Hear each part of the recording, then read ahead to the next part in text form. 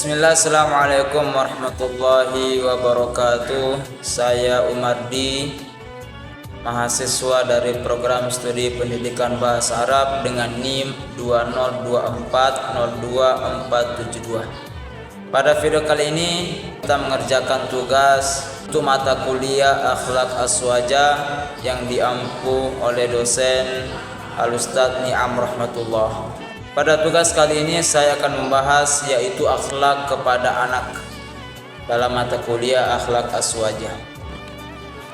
Akhlak kepada anak begitu penting. Selama ini kita mungkin sering mendengar kalau seorang anak harus memiliki akhlak yang baik kepada kedua orang tuanya.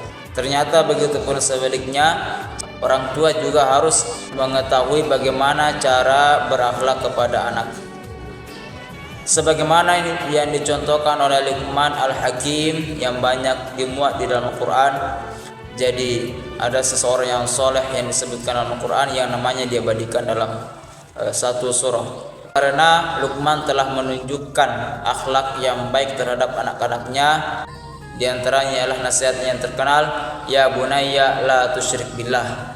Wahai anakku, janganlah engkau menyekutukan Allah. Dan begitu banyak nasihat-nasihat yang lain yang termaktub di dalam Al-Quran. Kemudian ada beberapa faktor yang berpengaruh kepada akhlak seorang anak, yaitu yang pertama adalah faktor keluarga. Anak yang memiliki akhlak yang baik itu karena dia telah mendapatkan pendidikan akhlak dari lingkup keluarga, yaitu ayah, ibunya, serta saudara-saudara dan orang yang berada di lingkungan keluarga dan rumahnya itu menunjukkan teladan dan memberikan contoh akhlak yang baik. Kemudian yang kedua adalah faktor pendidikan.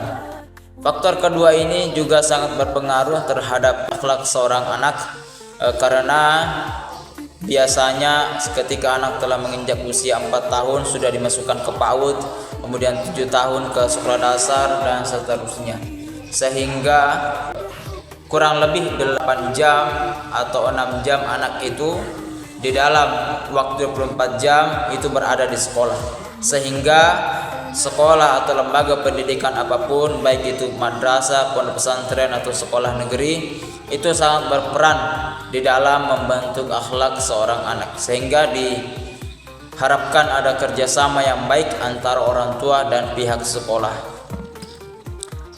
Selanjutnya yang ketiga adalah faktor lingkungan.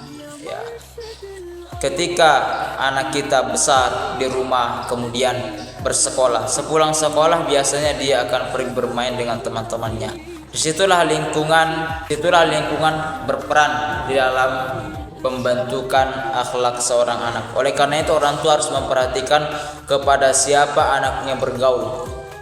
Apabila diharapkan anak itu kemudian menjadi seorang yang memiliki pikiran, memiliki perasaan dan perilaku yang baik, maka kita harus pandai memperhatikan kepada siapa dia bergaul. Apabila kita mengharapkan dia menjadi orang yang baik dan cerdas, kita juga wajib memperhatikan dan menjadikan dia lingkungan yang akan mendukung dari harapan tersebut. Kemudian lagi faktor yaitu media sosial. Sekarang jarang kita temukan anak yang tidak punya HP. Bahkan anak itu belum bisa membaca, belum bisa menulis, tetapi sudah bisa mengoperasikan Android dan sudah punya akun Instagram, sudah punya akun media sosial yang lainnya. Sehingga ketika anak bermedia sosial tentu harus tetap diawasi oleh orang tua untuk menghindari anak kita tidak melihat konten-konten yang kekerasan, konten-konten pembulian, dan konten-konten yang vulgar. Karena anak adalah peniru yang baik. Apa yang mereka lihat di media sosial banyak sekali yang mereka tiru. Dan gadget itu tidak hanya berefek pada akhlak anak, juga berefek pada kesehatan seperti gangguan tidur, depresi, kekurangan gizi, dan lain-lain. Kemudian ada 3 tips dari Imam Al-Ghazali di dalam kitab Al-Adab Fid Din, menjelaskan bahwa seorang tua harus yang pertama bersikap baik kepada anak.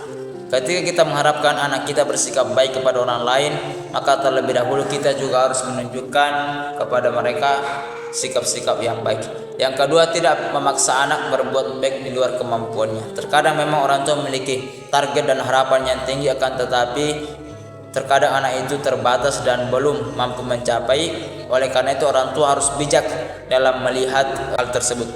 Kemudian tidak memaksa anak ketika susah. Oleh karena itu orang tua, baik ayah atau ibu, harus betul-betul memperhatikan dan melihat apakah ketika memberikan perintah apakah anak mampu atau tidak untuk melakukan hal tersebut. Dan ada di sepanjang 2024 ada banyak kasus kekerasan pada anak, yaitu mencapai 5.000 kasus. Semoga kedepannya di 2026 ini hal-hal tersebut tidak terjadi kembali. Kita berusaha untuk menjadi teladan yang baik, tidak terlalu memanjakan anak, dan meluangkan waktu di tengah-tengah kesibukan kita hadir baik sebagai ayah atau seorang ibu. Terakhir ditutup dengan quotes dari Helvi Tiana Rosa. Anak adalah cendera rasa, obor asa, jejak nyata ada kita di dunia hingga surga. Demikianlah, terima kasih. Wassalamualaikum warahmatullahi wabarakatuh.